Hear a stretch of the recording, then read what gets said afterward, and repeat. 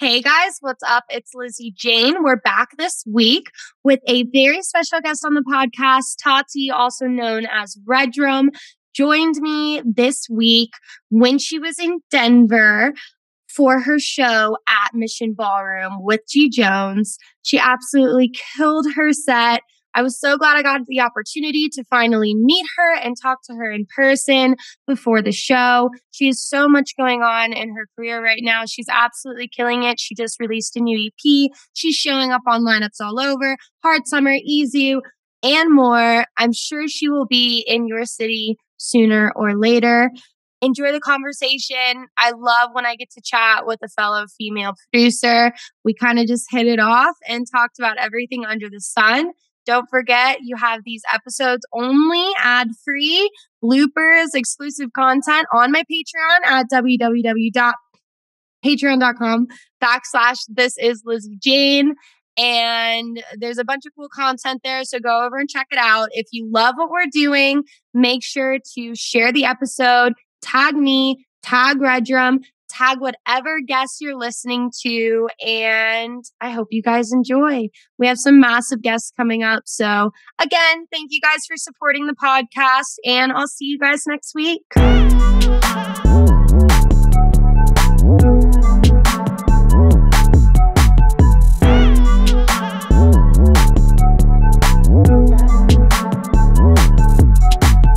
The show today was brought to you by Vitaplur E-Boost Gum. With no pill to take or powders to mix, Vitaplur E-Boost Gum is a first-of-its-kind energy rave supplement that provides magnesium, electrolytes, and antioxidants while you chew. Vitaplur is the perfect complement to my active lifestyle, whether it's at the festival, on the road touring, or hitting the gym. Chew Vitaplur and dance with confidence. Use code LizzyJane for 10% off any order. Hi, my name's Lizzy Jane, and this is Redrum, and welcome to the Lizzy Jane podcast. Hello. That's good. I feel like that's like the intro to Jackass before they like go and they're like, "Hey, this is Steve-O, and I'm about to like have like bees on my dick." Like this is like a crazy fucking intro. But hi Tati. How are you? I'm good. How are you? I'm great. Thank you for coming on the podcast today. Thank you for having me. Quite the large show tomorrow in the base capital of the United States. Yes. Mission Ballroom, G Jones, Shades, Mr. Carmack, and you. I know. I'm like, do I even play music for that? Like, I might just like go up there and like describe The Shining from start to finish for an hour, and then be like, all right, now here's Shades. Like, music is gonna start. And the show starts now. Okay, and music I'm really glad I got to do like a tribute to The Shining. Maybe play some like cover songs of like Shades and Carmack and G Jones. And this is my version of The Corruption. This is my version of The Corruption. And your head starts, and then you just walk off stage. That's probably this is great. Oh my god, yeah. When I got that booking, I remember being like, what the fuck am I supposed to play? Yeah, like on here? No, you're good. No, I've had that before too. I'm like, oh hell no, like you cannot cuss. Oh my god, no, absolutely. Yeah, I would do the same thing in the connotation of like these are all like legends and like they create incredible music, and I probably play them. I mean, I have a G Jones song in my set every set. Yeah, like same, and like. I have a couple of Mr. Carmack songs. Like, it's just crazy because I've been listening to all these people for like way before I even thought that I was going to start producing. So the fact that I'm like on the same lineup, I'm just like, I am not worthy. Like, how did I end up here? I'm like, I girl bossed way too close to the sun on this one. Yeah, I girl bossed way too close on this one. I do not know how I ended up here, but it's amazing because it's like those are one of those moments where you step back and you're like, okay, like, I'm on the same lineup as all my inspirations, and, like, here we go. I did that. And I fucking did that shit. And, like, Greg, like, G Jones and himself, like, he curates his lineup so well, so it's, like, he does it to a T, and especially, like, with your new stuff, like, especially your new EP, like, you're definitely in that, like, down-tempo realm, I would say. Yeah, definitely. And it's, like, to start a night with that and like have that like what we were talking about earlier, dynamic range set going up and down. It's just like super exciting. So what can we expect tomorrow? Like, what reflecting on this when this episode comes out, like, are you going to take us through like a bunch of emotions? Is it going to be some new music, a lot of old music? A little bit of both. So I'm playing, I'm starting with like, we're doing some like grime, more deep dub style to start out. I have some unreleased SFAM in there. I have some unreleased of mine in there. I have a lot of my own unreleased. This is actually like the most original music I've ever played. So really? I'm like super, super nervous. I've been doing like mix downs for the last week. Like, gotta make this perfect. I'm playing some Charles in there, Of the Trees. We're doing like a lot of down tempo. So I definitely, with this set, I really wanted, like we were talking about, like peaks and valleys. Yes. I really like tried to pay attention to the energy flow in it and, you know, take you through like the whole range of emotions in it. So 100%. Yeah. So I'm excited for it. Yeah. I think it's going to be really good. I personally, like, not to toot my own horn, but I think it flows pretty well. Yeah. We'll see tomorrow. Well, especially as girls too, like we were just talking, like we put so much like effort into our sets. Oh my God. We can pretty much like do that shit like with our eyes closed and our head turned around and like a white claw on our head. When we like go on stage, we're like, okay, I got this. This is it. I got this. I know, but there's definitely, when you reach a point when you're like DJing, did you start DJing first or did you produce first? Okay, I started DJing Okay, first. I did as well. When you reach that moment and you're like, ooh, do I like spend like an hour like making edits and getting like digging and like crate digging and like SoundCloud, or do I like mix down a new tune to put it in my stuff? Yeah. And then you're like, ooh, I want to like prioritize this like 3-minute block over something that may be like 15 minutes. And exactly. And that's where I think, especially with my little time in Denver, I've known that like the culture here is just like so appreciative of that.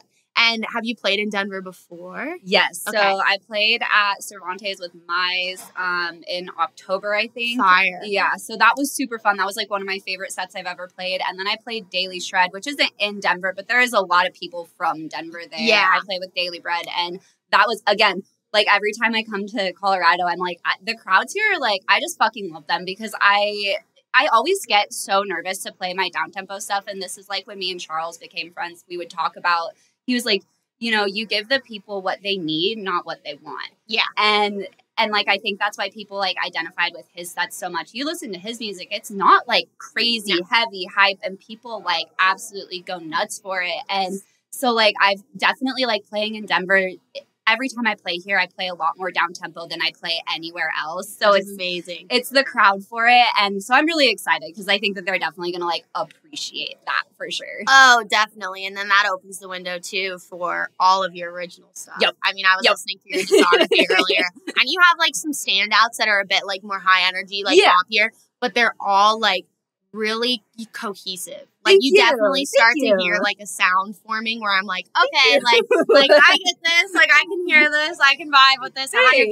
And I just like, as just like a general like music connoisseur, like or consumer, like I hate hearing the same thing for 4 hours straight. Same. Like it's really, it's amazing that you get like these massive lineups now. And I feel like tomorrow's a bit of an exception because it's so well curated. Yep. But usually, you know, if you have like a massive tour lineup, even something like Liquid Stranger, like you are definitely a standout on that like roster. Definitely. Because it's really easy when you get into that like 140 consistent flow. Like you can have like some amazing like track selection and discography. Oh yeah. But a lot of the times, like, when I talk to people who just, like, love going to this shit, they're like, yeah, at about hour 3, everything sounds the same. Yep. And I'm like, yeah, I totally get that. It does. You're like, okay, cool. Like, this is another, like, dubstep tune. And like, they go off. And I think that there's definitely a time and a place for hype and high energy in sets. But what I've noticed is, like, if I'm just going drop into drop into drop into drop into drop into drop, like, there is no time for you to appreciate when those heavy moments really hit. And like, you want the hard moments to hit harder. And if everything is just hard moment after hard moment, like it's not. It's like a burnout. It's like a burnout. And I get it. There's definitely like a time and place for those things. Like you're playing Excision's, you know, show. Sure, like, absolutely. Go balls We're to walls. going bangers. Totally get that.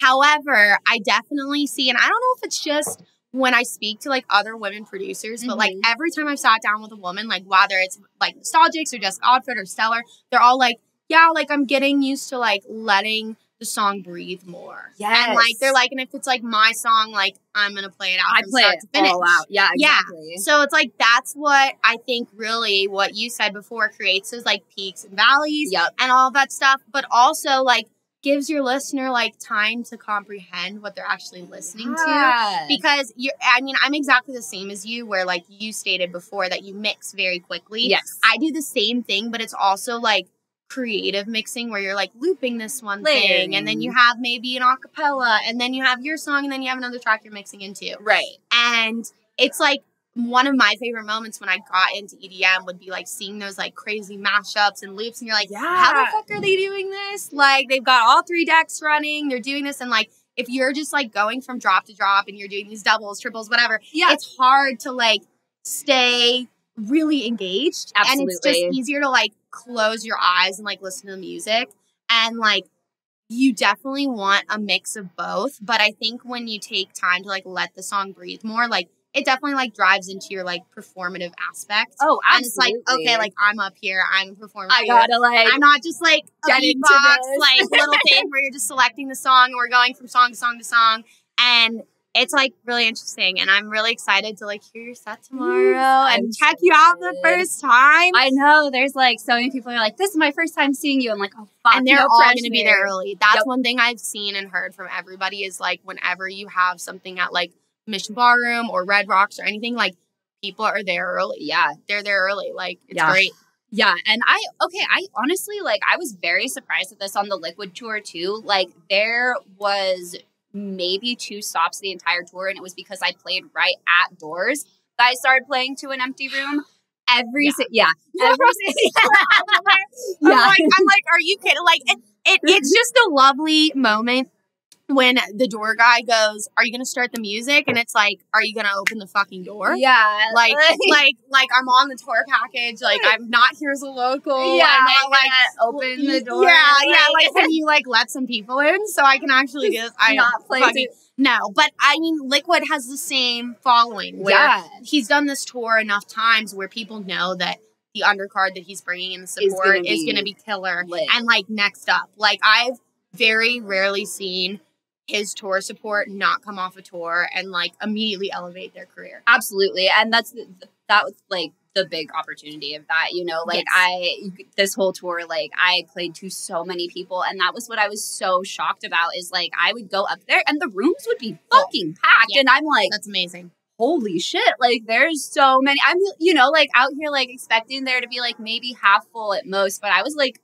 humbled, and like I'm really loving this new wave of I think people going for the entire bill. It is new. It is. It definitely absolutely is new. When I was 18, I would be like, I'm going at 10. I'll be rolling in there at about 11:30, 11:45.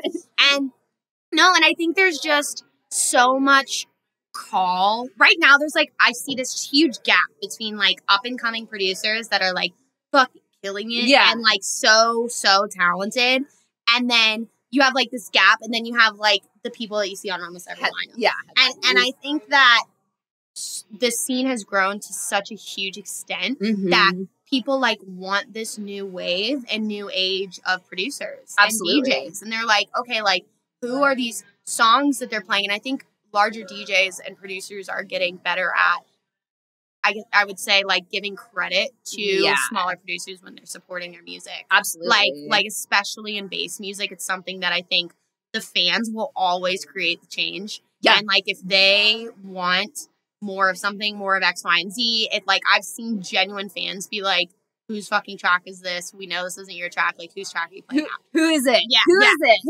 Who is it? And it's amazing. And then, like, the bigger artists, like, you know, supporting that and saying, like, or, you know, tagging in a video. If someone takes a video of, like, what song is this? And they tag, you know, that smaller artist. Like, that goes so far, you know? So far. So, and it literally, like, it makes someone like you or I's day. And it, like, definitely gives, like, a huge state of, like, recognition and, like, respect to, like, these undercomers kind of, like, coming up. And I think people are ready for it. And, I think so, too. Through COVID, like, you really started literally a year before COVID, right? Like 2018, 2019. I started producing 2018. Okay. I wasn't putting music out. I put my first song out, I December of 2019. So you were right on that cusp. Right before COVID. Like, I got signed with my manager, you know, the next day. He, like, messaged me and was like, this is amazing. Yeah. And we've been working together ever since. So I basically worked with him, like, essentially my entire project. I didn't know what the fuck I was And doing. that's amazing.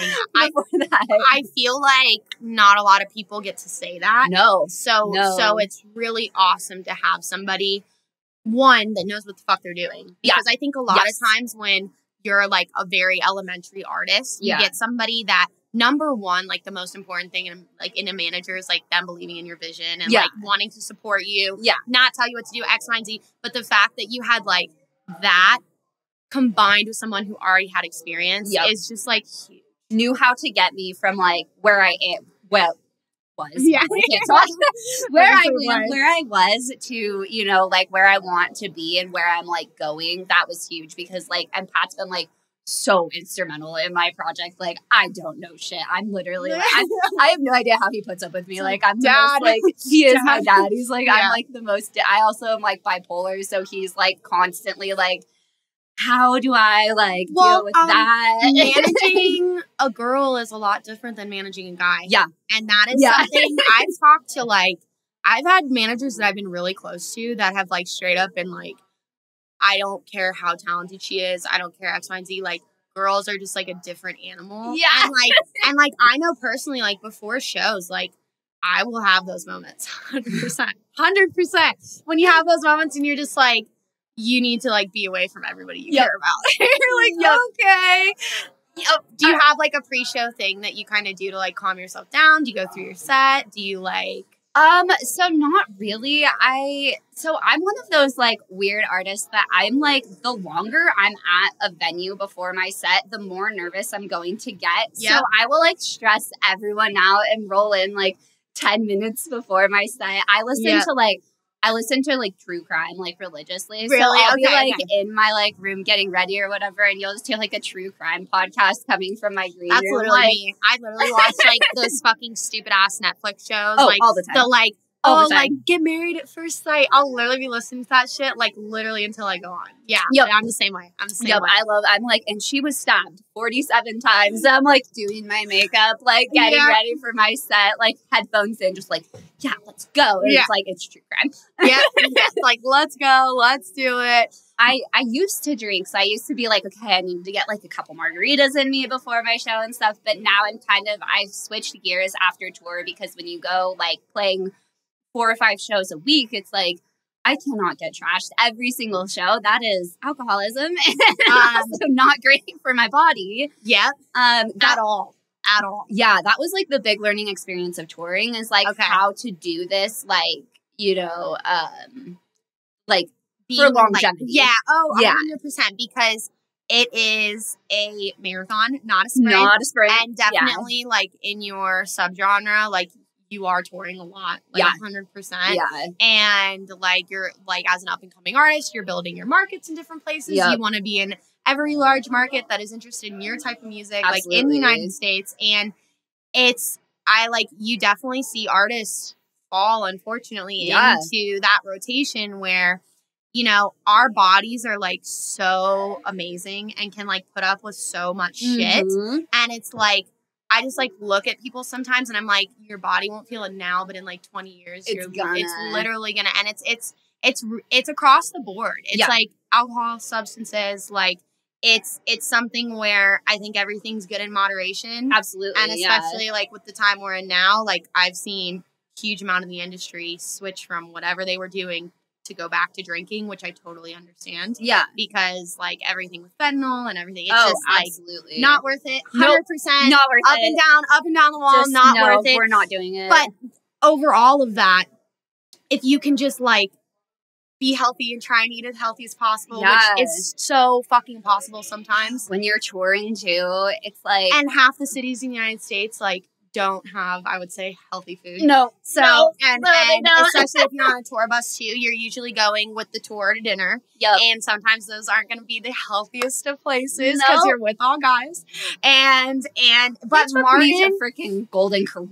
Yeah. Oh, when I was doing the set with Peekaboo, he would get like Cane's chicken every night. Every night to the thing. And he's like, oh, this is like it. And I'm like, literally, I was like, this is going to be detrimental. Absolutely detrimental. But like Martin, Liquid Strangers, like super about health. Very, like totally. yeah. He's the epitome of like someone where I see them get to like artists get to that tier. Like I look at like Sedstead, I look at Liquid Stranger, and you know, they may have like a few beers. I know Martin does it, but like just as like a general artist, but like, yeah, they're not partying. No, they're not.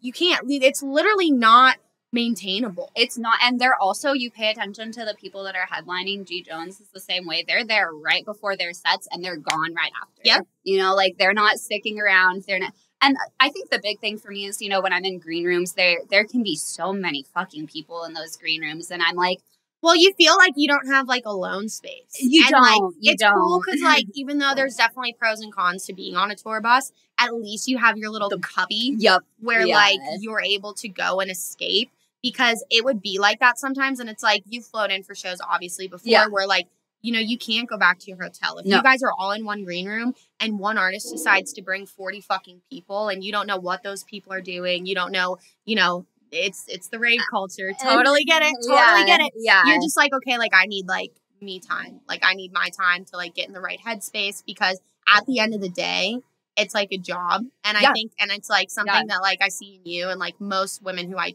talk to, whether they're like industry professionals or like artists themselves, is like, they understand this is a job. Yeah. And like, they're there to do, like, we're here to sacrifice what we need to do to be able to perform. And like, that is like our number one, like make music and perform. Yep. And I think a lot of people sometimes get lost in like this like amazing lifestyle that they see from the outside in. It's very deceiving because it totally looks like this whole like party lifestyle. And that was one thing that we were all talking about on tour, is like when we're going, you know, when you're on a bus, you're playing minimum 4 nights a week. So that gets fucking exhausting. Yep. It's not just Thursday, Friday, Saturday. You're Wednesday, Thursday, maybe Monday. Yeah. Sometimes Sunday. Sometimes it's 5 nights a week. So sometimes from Wednesday night to Sunday night. Sleep schedule out the window. You lose so many things off the bat. So I mean, back like exactly what you were saying, like from the outside in, it looks great. Yeah, but there's no sleep schedule. I'm going to bed at 6 a.m. I'm waking up at 3 p.m., you know, like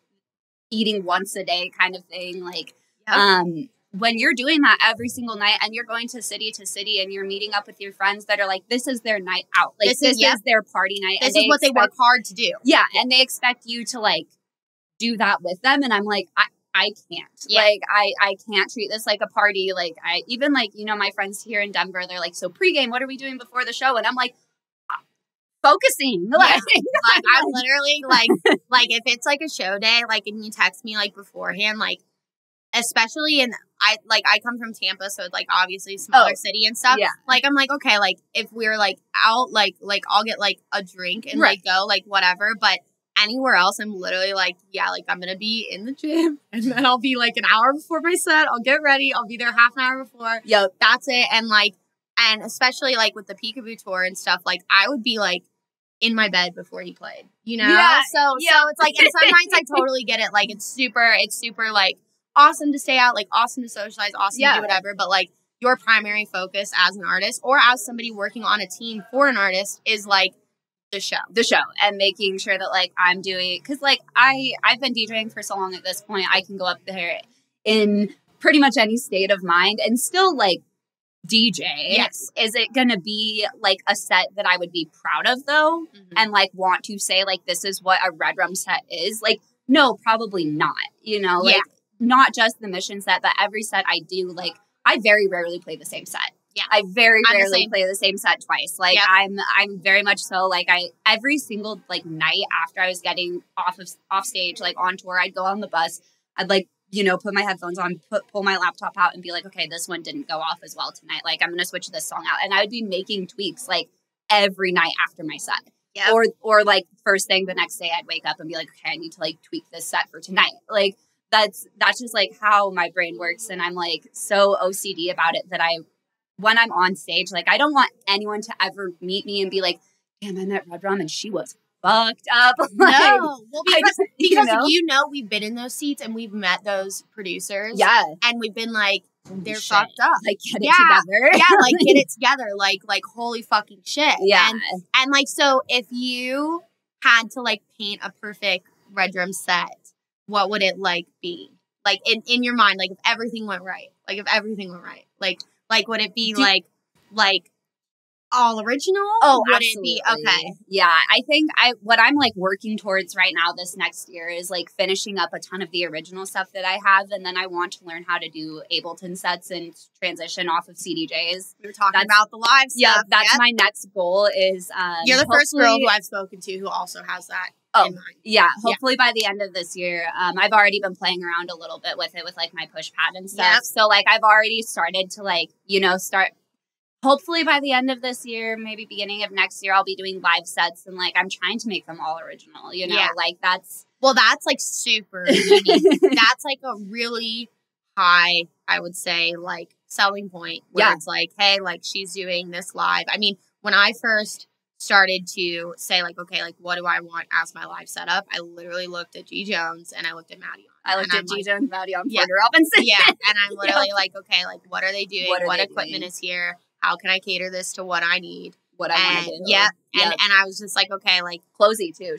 Closey does the same thing. I've actually never seen her play. She is. So I really hope to change that soon. And she lives here. She lives here. Oh, yeah, she lives here. I literally just like my head was like, oh, like Chris blank. Now you, William Black. This. Yep. I'm like, there's just so many. But people. It's such like a creative space, and like I literally don't think I've only been here for 2 weeks, but I definitely don't think I'll ever get sick of it. Like between like the outside and like all of the music venues like you have like a whole section of like clubs like where we're at here, and then you've got like the Roxy and Cervantes. You have Red Rocks. And then you have Red Rocks, and then you have Mission Ballroom and the Ogden Theater. Ogden.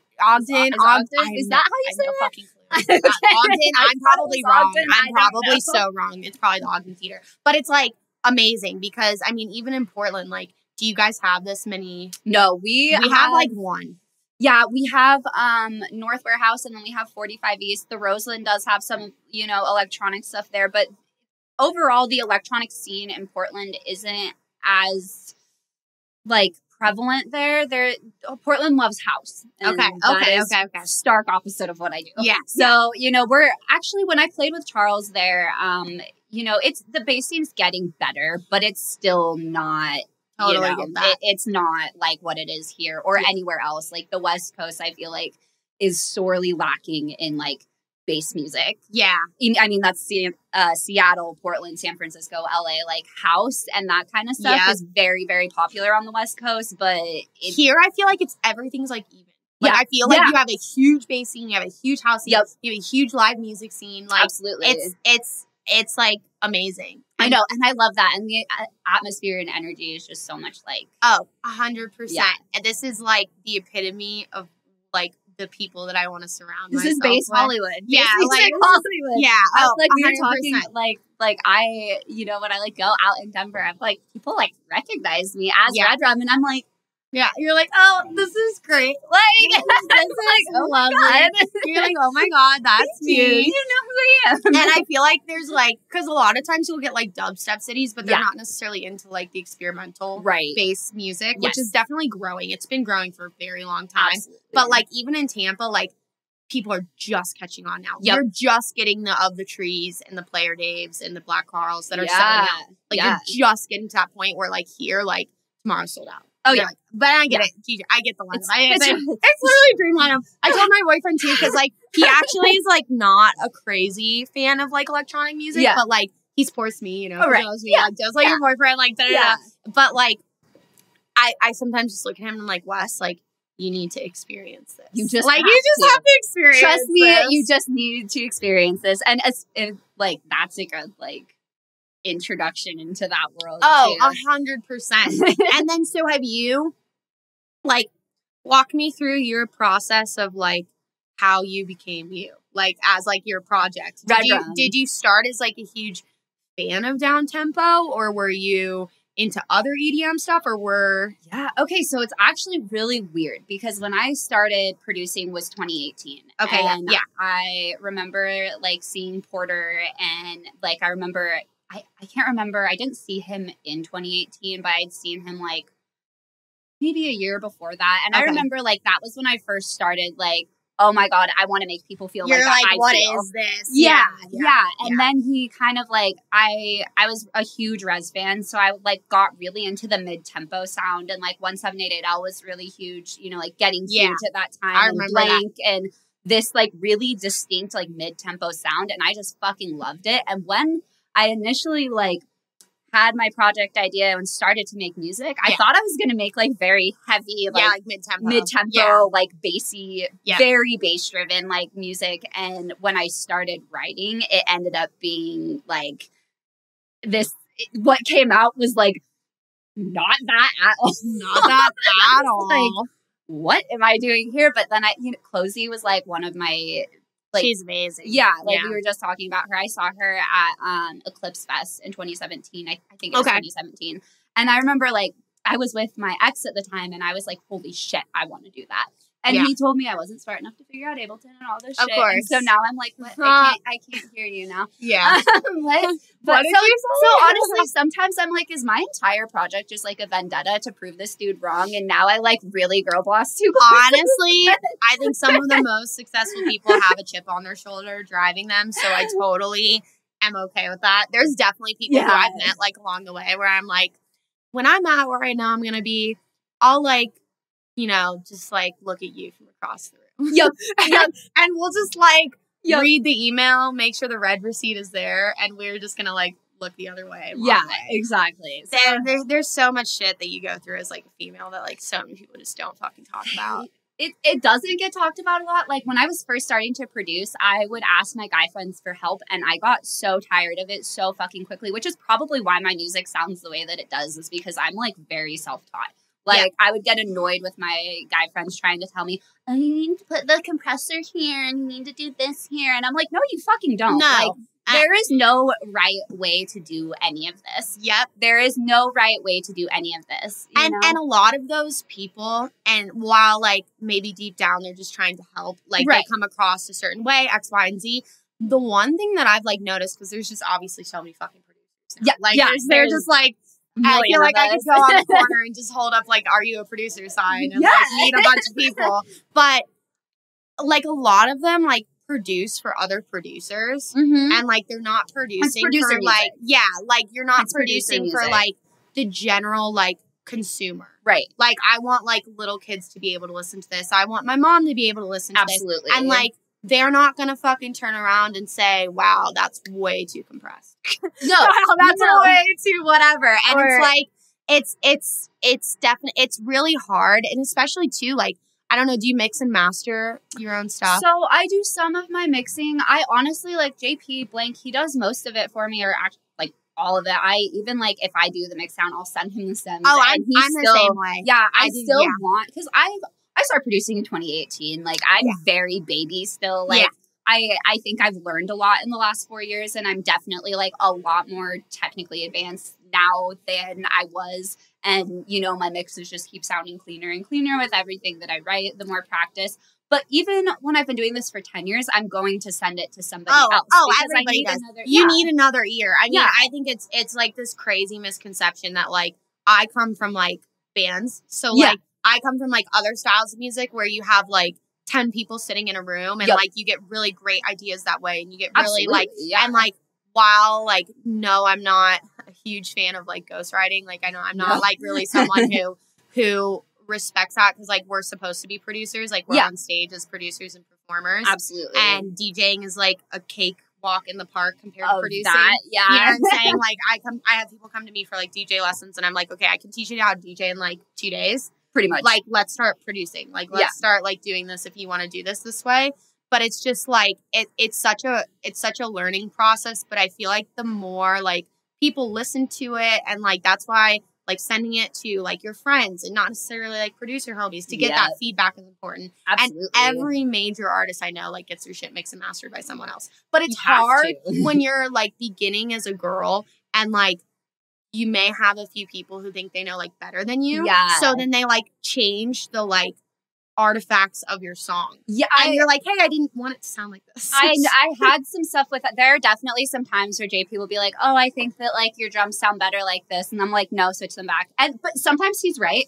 Exactly. And like sometimes, and he's gotten to the point where he knows me well enough to know that I am so OCD about my stuff that like he'll make like 2 versions of it and be like, I did this.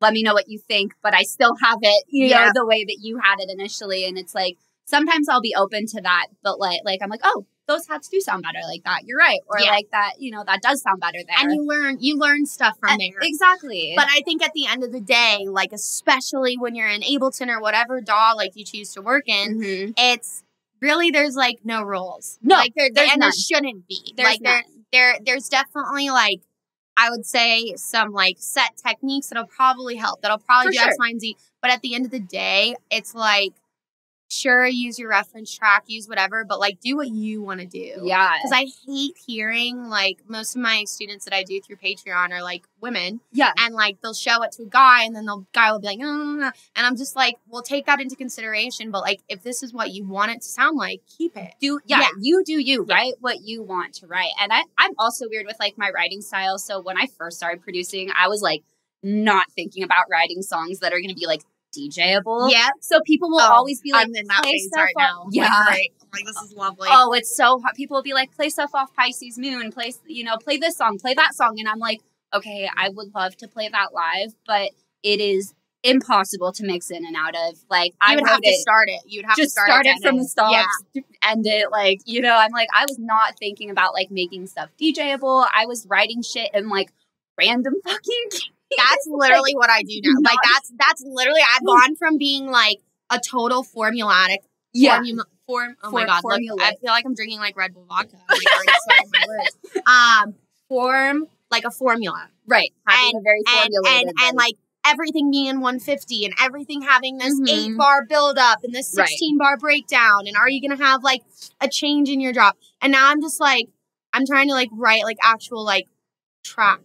And like, but that's what you do, you know? So, but it's hard to DJ. But that's why when you do live, it'll be a lot easier. Well, that's why I was saying, because now I've kind of transitioned my writing style a lot. So what I do when I'm going to write a new project, and when I say a new project, I mean, I'm going to sit down and write 5 or 6 songs. Yeah. And I'm going to write them all in the same key. They're not all going to be in the same BPM, but I'm going to pick like 3 or 4 leads. I'm going to pick like main sounds that I'm going to use in every single song on this project. Do you do one project file? I was just about to I do it all in one Ableton project file, so it all flows into each other. So like the next project I'm working on right now is like a 7-track EP, and I'm like very much so it's all like very cohesive, everything. Like when I'm mixing them in my set, I'm playing some of it in my set tomorrow, and I literally play them like into each other because they like I wrote them. Each other. But that's how you do it, because that creates like a block of time in your set. Yeah. Where it's all you. Yeah, absolutely. And I wrote them like that. You know, I wrote them to be mixed in and out of each other. And that's I'm trying to like kind of with the live sets, like just that'll make it so much easier, because then I can take 100%. Those individual stems. You know, I can take like the stem from this song that people know and then like mix it with this. And it just makes it so much easier when I'm on decks and I'm like, what the fuck did I do here? Like, why did I write this? Like, was I on drugs? Like, what was going on here? I like really fucked up when I was doing this? No, 100%. Because like, I feel like just writing in 1 BPM gets like boring too. You're like, oh my god, another 140 song. Like, another 150 track. And like, I totally get it, but it's like that balance. And that's what I was talking about with Tynan yesterday, where like you have this like 80% of like, this is what my sound is. This is who I am. Like, make the fans happy. Like, do that shit. But then you have like the 20% where like, okay, I'm gonna like do some shit that like really makes me happy, like feels like artistically fulfilled. Absolutely. And like that's super important. And I feel like sometimes like I see artists that like burn out a little bit because they're like, I've written as much as I possibly can in D minor and 140. Like I can't do anything else. I can't do, and it gets. I don't think people realize how, you know, like I was talking about this with my friends yesterday. Like on every producer's computer and hard drive, there's hundreds of songs that will never see the light of day. Yeah. It's very unfair to pin any artist into one specific like genre or style of writing. And I think it's getting better. It is. I think the scene is getting better. I mean, I use like Getter's Project Visceral as like the perfect example of like this like musical sacrifice that was made to show like people who like not only are super in the scene and the industry, But like regular consumers, like, hey, like, yeah, I guess it's like unconventional compared to like the average artist's like career shelf and lifespan. Right. But if you do the same thing over and over and over again, unless you pop off in your fucking res or your closey or whatever, like, and even closey does dramatically different stuff. They're different. Yeah, it's radically different stuff. Their sounds evolve. It's like, yes. And there's like, you can have tell. like a career shelf life, and like one way to like expand that is to grow on your Keep sound. evolving. Absolutely. And like keep evolving, because if you just make the same thing over and over and over again, like unless you have this crazy brand attached to it or this other entity that's growing alongside it, it's really hard to like keep escalating. Yeah. You know? You can only do so much if you're not pushing boundaries. Yeah. You know what I mean? Yeah. And like I think like one thing that I'm kind of in a good spot right now where I'm at in my career is, you know, I don't really have that much music out. Like I have a solid amount, but I don't have enough out where people can really be like, this is what she does. But you like, have a ton out compared to a lot of people who are on a touring circuit. That's insane to me, because I just don't feel like and the other weird part of that is I'm sitting on so much more that it's like to the point now where when my music comes out, it's so old to me because I finished it so long ago. I hate that like, shit too. I'm on to the next I'm thing. literally like, I'm bored with that. Yeah. I'll literally be like, okay, guys, we've been like sitting on this for like a year. Can we please? Can we just release it? Like release this? I'm like done playing it in my sets. I'm over these songs. Yeah, no, absolutely. And that's where it's like you've done some independent releases, and then you've done like stuff with, how do you pronounce it? SSKWAN. And I was literally thinking like the Szechuan sauce. The SSKWAN. Yeah. I'm like, I'm gonna like pronounce this and completely butcher it. But that's like a whole new lane that has been opened by like Martin's little umbrella to like prosper through, which is great. Well, just that down-tempo vibe, like I was talking about Charles' style earlier. Yeah. I remember like when him and I first became friends, the very first time we like talked on the phone, I was like, you know what? You walked at this so I could run. Yeah. Because my music is gaining so much more popularity because there were the Charles the First, there were the Closies, the Of the Trees, like that did that style first and made it like. And they went through a lot where like a lot of people weren't about it at first. Yeah. So I'm like, like that was one of the first things I said. I was like, you walked so I could run with this. Yeah. And it's true. It's true. Like that has like really come into its own lane in the last few years, and I think that's why this like the style that I write has like done so well, and it also leaves a lot of room for like experimentation. Like I have stuff all across the board. I have stuff in 160, I have stuff at 175, I have stuff at 94, I have stuff at 130. Like I'm all over the board with tempos, genres. Like I love to take like when I'm like having a really bad writer's block, I'll take like a trance sample pack. Yeah. Some shit that I never write trance, but I'm going to see how I use those sounds in like my style of writing, how I can manipulate like those sounds and maybe make something cool out of them. Oh, know? Definitely. And I mean, like you definitely write from like your inspirations, like wherever you're like coming from. So I just feel like it's definitely this like not bittersweet, but it's like this teeter-totter thing where we're huge fans of EDM, but it's also important for us to like use the trance sample pack or use this like weird source of like inspiration because that's how you're just like not going to sound like anybody else. Absolutely. I like to use a lot of like natural instruments. That's kind of how I'll find like a flute loop or a piano loop or like violin. So, something that like starts on a natural instrument and then I just have like a obnoxious plug-in chain. Yeah. Like all my sound design definitely comes from like audio manipulation. I prefer to work in audio versus like do you do like resampling a lot? A lot. Yeah.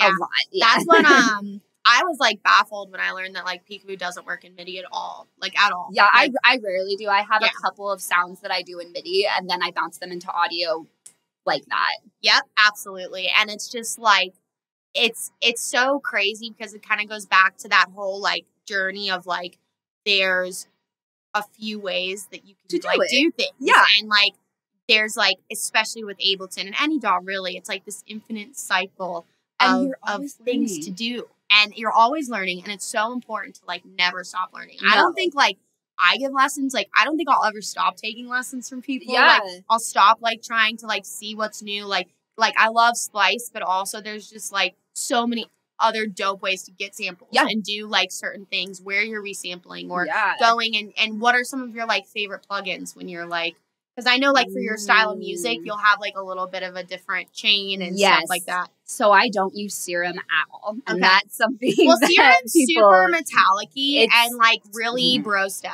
Yeah, like, I can't. Like, Serum's super bro step. I've definitely leaned away from a lot of Serum. Yeah, I when people ask me what my main synths are that I use or plugins, so I use Operator religiously, hip hop sub bass. Yeah, oh my god, sub bass. When I literally, I think Nightmare still uses the hip hop sub bass, like, to this day. Yeah. And, like, when I tried it, I was literally like, what the fuck am I doing trying to spend, like, 30 minutes making a sub? No. When I can just use this right here. Use hip hop sub bass. Yeah. And you can do a lot with the hip hop sub bass. I make, like, 808s out of it all the tonals, like, glides, like, all that shit. But then, okay, so Saturn, Fab Filter Saturn. Yeah, Fab Filter. I love Volcano as well. I'm a huge slut for Fab Filter. Yeah, I love Fab Filter. The whole thing. Yeah. I use Volcano Timeless, I think is Timeless is the delay plugin. Yeah, that's a great plugin. And then the Saturn one a lot from there. I use Nectar by Isotope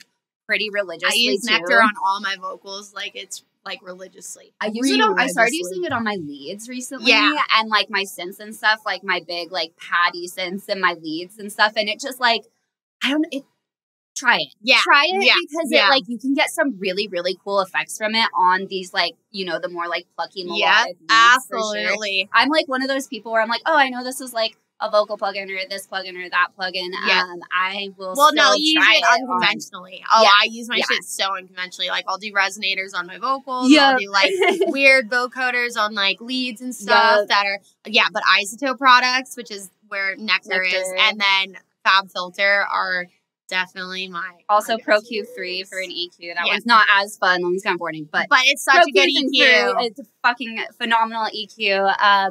And then what is the one from Native Instruments? It's a delay plugin. I was about to say Replica. Contact, but Replica. Okay. I use Replica XT like on almost everything. Yeah. Like that's how I get a lot of my like weird. You're like stereo panning. Auto pan. Yeah. That's usually where I get a lot of those weird effects from. And to be honest with a lot of these plugins, I still am not sure what I'm doing with them. I'm just like, I don't think anybody is. I honestly like during COVID, I feel like I wasted so much time because I would be like, oh, I'm going to be like a student again. Like I'm going to watch this like hour-long video breaking down this plugin. I'd take all these notes and then I'd open up the plugin and I'd be like, I'm just going to do what I want to do. Yeah. I'm just going to fuck around and see what happens. I'm just going to fuck around and find out. Yeah. Like, absolutely. I just be twisting knobs. Who tweeted that? I think it was Chet Porter. He's like, I have no idea what I'm doing. I just be twisting knobs. Still shit sounds good. That's literally it.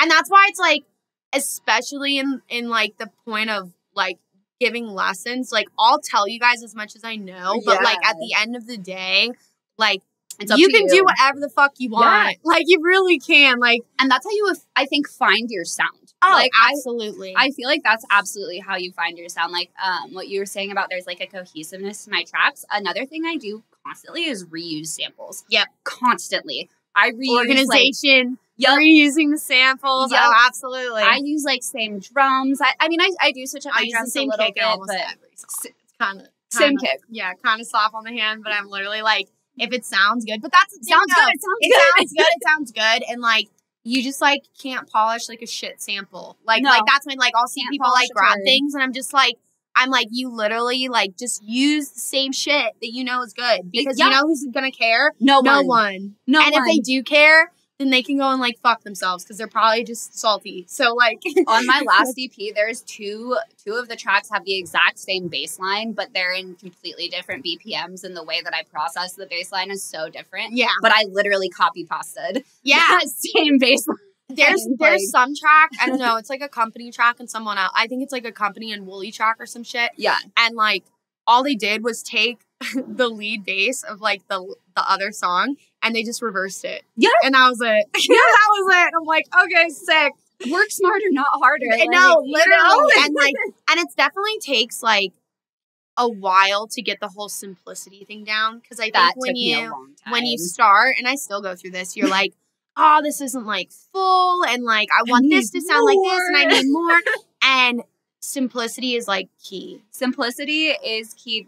You can ask my manager about that. That was something I really struggled with at first. I was like, I'm Tipper, and I need to add I'm Jace Cada. Like 400 different layers to this. But now what I do is I've learned to be so much more selective about the sounds that I use, and I've gotten way better at using fewer sounds to fill that space out more and using them very intentionally, and also using silence as a sound, like silence intentionally, and creating 100%. the tension and release. And there are times where you can have like a shit ton of layers, but my project file tracks are essentially, when I send them out to be mastered, they're maybe 20 stems. Yeah. Maybe. Like if that.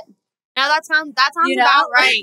That it's definitely one, like the thing too is, wherever you're sending it, or if you're doing it on your own, the less sounds that you have, the cleaner you can get it, and the louder you can get it. So it's kind of like that loudness war based on, the simplicity of your track. And loud isn't always better. That's one thing I'm constantly like JP will send me a song back, and I'm like, this is way too fucking loud. Well, it's like a brick, and you're like, hey, like I don't want my drums to be the focal. Like nobody gives a fuck. Like this is just here for the rhythm. Right. Like please, like focus on the vocals or the lead or this or that, so like we can create this like feeling and like vibe here. I don't want the 808 to be the focus. My percussion tends to be a lot of the focal point in my music. So like I was a drummer, so like that's amazing. I go OCD on drums, and I used to have like 20 different like percussion things all happening in like little tiny. I've gotten a little bit more like controlled with it now, but like that unique percussion tends to be a focal point in my songs a lot. So like I want that to be the focal point, and I'm like crazy about. I use like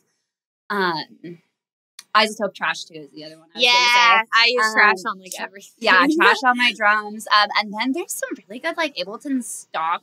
Their master chains for drums. I will throw one of those on my drums and then just like fuck around with the parameters and that, and I'm like, I don't know what I'm doing, but these are smacking. Yeah, this is great. And that's where it's just, I think that it's great to go into production with like a clean slate. And like it's wonderful to have a mentor for like guidance and like one-on-one questions, like definitely important. But it's also great to be like, I'm just gonna like throw shit at the wall and like see what sticks. See what happens. And like I've listened to this music for long enough. I know what the music's supposed to sound like. Yeah. And like that's it. Yeah. And it definitely, like, it just takes, like, time and dedication. Like, it takes a lot of time. I don't think people understand how much time it takes. Like, the amount of time you have to spend before you're going to write anything that sounds good. I think that's where a lot of people, like, fall off of it. Because, you're going to write probably 100 shitty songs before you write, like, one. Like, thousands of hours. Decent sounding. Yeah. Yeah, I think it was a full year that I had been producing before I ever showed anyone anything I had written. Oh, like, 100%. You know what I mean? I still don't show people things until it's, like, almost done. Yeah, like, I'm the same in that, way. like, 60-70% range where I'm, like, I can take notes, but, like, I also know what I want the finished product to sound like. Exactly. So, like, you're not going to change how the song's going to sound. Change the structure. Yeah.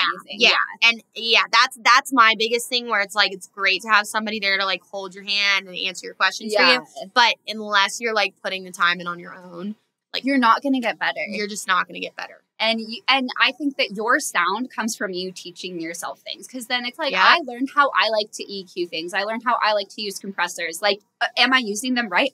Probably fucking not. Probably not. But it's like, probably not, honestly. Yeah. But like, my shit's still getting released. Yeah. Oh, 100%. 100%. And like, it's still good. Yeah. And so like you started in 2018. Yeah. And then you started playing shows like after COVID. Yes. Okay. Yeah. I had played a total of 10 shows for Bin Kingdom. Last year was my first like Redrum set. Oh, okay. Yeah. I had no idea. Yeah. Okay, sweet. Yeah, so that was my first Redrum set, and I played a total of 10 shows before I went on the Liquid Stranger tour. Yeah.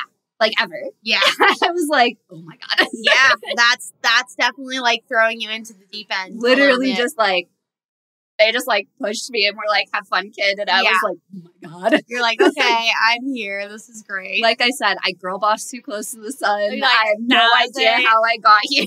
Well, and then, but going on a tour, like, with Martin is definitely like what you needed to be seasoned at like what you're doing. Absolutely. Yeah. Absolutely. It's so funny though, because like I remember about halfway through tour, I stopped really getting super nervous before my sets. Yeah. Like I would get like the jitters, but I stopped getting like nervous. Yeah. But like now, like my nerves are like, it's like right when I started playing shows again, I'm over here like, like, you know, it just depends on like, I think the caliber of the show, like the bigger they get, the more that I love that honestly, because I was kind of worried when I stopped getting nervous. I'm like, oh shit, like, I know I obviously still really care about this and want to be here and like do this and stuff, but like it makes me a little nervous. Well, nerves show you care. Exactly, exactly. It's making me a little nervous that I'm not getting nervous or like as nervous as I normally do. But like now the jitters are back, so I'm like, okay, but it just like it shows that like I really, really care. And like I'm so fucking appreciative of like getting to be, these are like legendary lineups. Like I can think of 100 other producers who I personally feel like deserve to be on them more than I do and are way more talented than I am. But like, so I'm just like so grateful that I want to put together like iconic sets. Like I want people to be like, damn, like Redrum, like that was a set, you know what I mean? Like, and that's why I work so hard on my sets. That's why I could go up there and freestyle. Like I'm a good enough DJ to do that, but it's not going to be the same experience. No, it's not going to be the same experience, and like that's what makes the difference between like the people who like rise to the top and the people who do not. And like putting the care and effort into it will always show. It will always show. There won't like. There will not be people who like don't take notice. Absolutely. Like, I don't think so either. So do you have any music slotted? I know your EP just came out a little bit ago. Are you taking a break for a while? Do you have some new tracks coming? I know you said you have a lot on release, but I do. I'm sitting on a lot. Sit for a while. Yeah, so I'm kind of for like a year. Yeah. So I'm kind of trying to figure out like what I'm going to release next, because I do have so much that's unreleased, but what I want to do for my next project, like I said, like it's a 7-track EP that I've been working on.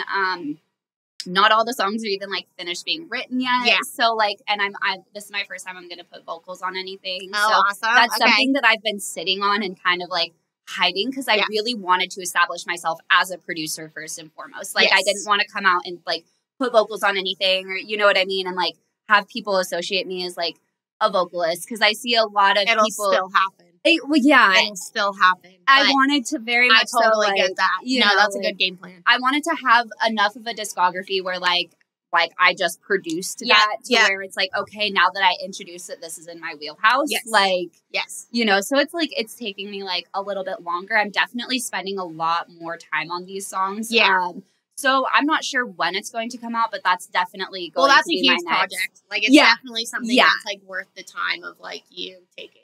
Yeah, and I have the next 2 months off from shows, which is like, I'm so excited about that. Yeah. I love playing shows, but I'm so excited about like being able to just like take a breather, work on my own music. Because it's very hard to work on your music when you're traveling. It's not ideal. You're not going to finish anything. No. Like you could fuck around with stuff, maybe work on it a little bit, but it's really hard to be in a mind space to be like, okay, like this is like my finished. Yeah. Like hats off to I know there are artists that do it. Freaking hats off to you. I don't know how you do it. Yeah. Because I'm in when I'm working on sets, my creative mindset is so much different than when I'm like creating music. Oh, absolutely. You know? You're like SoundCloud, like black hole, like, looking for things, and then like edits and looking for acapellas and all that stuff. It's a totally different ball game than working just on writing music.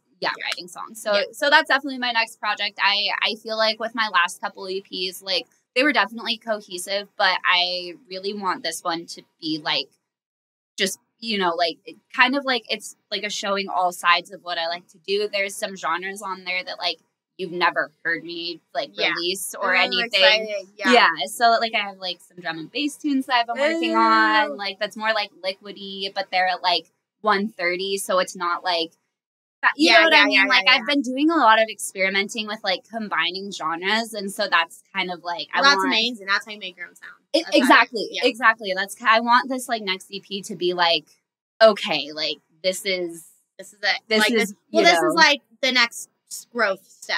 Absolutely. You know what I'm saying? Like it's like and that takes like those are things that I think like you take as much time as you need. Yep. Because you definitely like off the block. You're like what you said. Like you're not making really like DJable tunes. No. But like fortunately, like for that, like I don't think there's like a lot of tunes that were just made with somebody in mind, like, oh, I'm just like making this to DJ it, Yeah.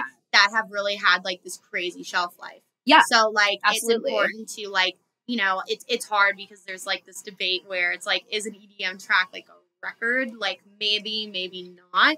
But the more that like you kind of like drive that uniqueness through, the more people are gonna be like, okay, I could listen to this like a billion times. Well, and I want my music to be digestible to everyone. Like, my mom listens to my music. Yeah. You know, like, I want to, like, be able to draw people in that wouldn't, like, necessarily have listened to electronic music before. 100%. You know, like, and I think you do that by what we were talking about being, like, the simplicity aspect of it. Like, you need your music to be digestible, and then you can kind of introduce that, like, you know what I mean? Like you could introduce like just your different experimentation. aspects. Yeah, that's the word I'm looking for. I just totally lost it. Well, you're no. I was like, don't walk. But no, and I mean, you see it with people like Porter. You see it people with like Mayadion. Absolutely. Think about what they used to release and now what they're doing. That's like the goal. Worlds, like the growth goal. Same 3 freaking notes. Yeah. Every song. Yeah. Same 3 notes. Yeah. Like you listen to that and I get goosebumps just thinking about the dude. Yeah. Like that one. Like I just get goosebumps thinking about that. And that's 3 notes. Yeah. Like maybe 4. Like you know. And you just never know like what you're gonna kind of stumble upon when you're writing. And that's what makes it so exciting. Well, and then you have like things like Fortnite and stuff. Like Phases got into Fortnite and I was just like, that's a whole nother world. Yeah.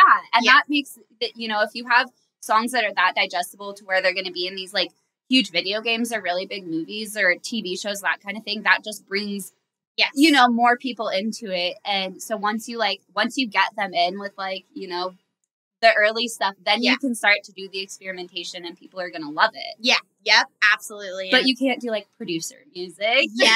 Right off the bat. Yeah. You know? Like right off the bat. And it's definitely like, I've always been someone where like, I'd rather have a smaller group of people really fuck with everything that I do than like try and please everyone. Absolutely. Because you're just, it's really hard to do that. Yeah. And when you do that to a mass, I would say general crowd, it's hard to like keep them in your circle and like keep them coming back if you're just doing basic halftime, basic, you know, dubstep. Yeah. Like stuff like that. So I feel like the more that you can push the envelope and be unique, the more like it's going to take longer to grow, but it's going to be way worth it. It's more worth it. And then you have those like diehard loyal fans. Like you look at like Of the Trees fan base and like close, like that man could fart into the mic and they'd be like, amazing. Yes. Like, you know, you have those people that like no matter what you do, they're going to fuck with it. But like that takes, like you were saying, that takes time. And you know, he's been at it for a fucking minute. Absolutely. I remember listening to him when I was like, have to be like 19. Yeah. 18. Yeah. And I was like, oh, this is cool. Yeah. I was like, oh, this is cool. And now to see him now, even like my boyfriend like had kind of heard of him and he's like, what the fuck? He's direct support for Rez on her whole tour. I'm like, yeah. And he's like, God damn, like he popped off. I was like, yeah, dude, but it's been like a long time coming. Like he's been working for years. Yeah. Tyler's one of the like most hardworking. And he's so sweet. Met him a few times. So sweet. Such a nice guy. Absolutely. Yeah. I like messaged him because I couldn't find the owl song anywhere. And I was like, Tyler, I need owl song. This song. And he tried to tell me it doesn't go off live. And I was like, oh, I'm going to make people who hollered. It's going to go. I promise it's going to go off live. Well, I really appreciate you coming on today. Yes, this was a great conversation. Yes. I feel like whenever I have like another female that I click with on, I'm like, fuck, we could talk for like 5 hours. I know. And then people would be like, is this like a saga? And I'm like, yeah. So I have to be like, oh, okay. But you're going to kill tomorrow. I'm really excited to see you. Everybody, please go check out her music. Yes. Next project being developed and worked on now. Yeah, you guys just got an EP. I'm gonna work on some new stuff. Absolutely. I literally was like, I released like 12 tracks last year. I'm like, you guys can fuck off this year. Chill. I'm going to do my own thing. Wait, we have to say goodbye. Yes. Oh, will this work? It's like almost empty. I feel actually way more comfortable with this now. Yeah. Okay, ready? This is the Lizzy Jane podcast with special guest Redrum, and we'll see you next time. Thank you.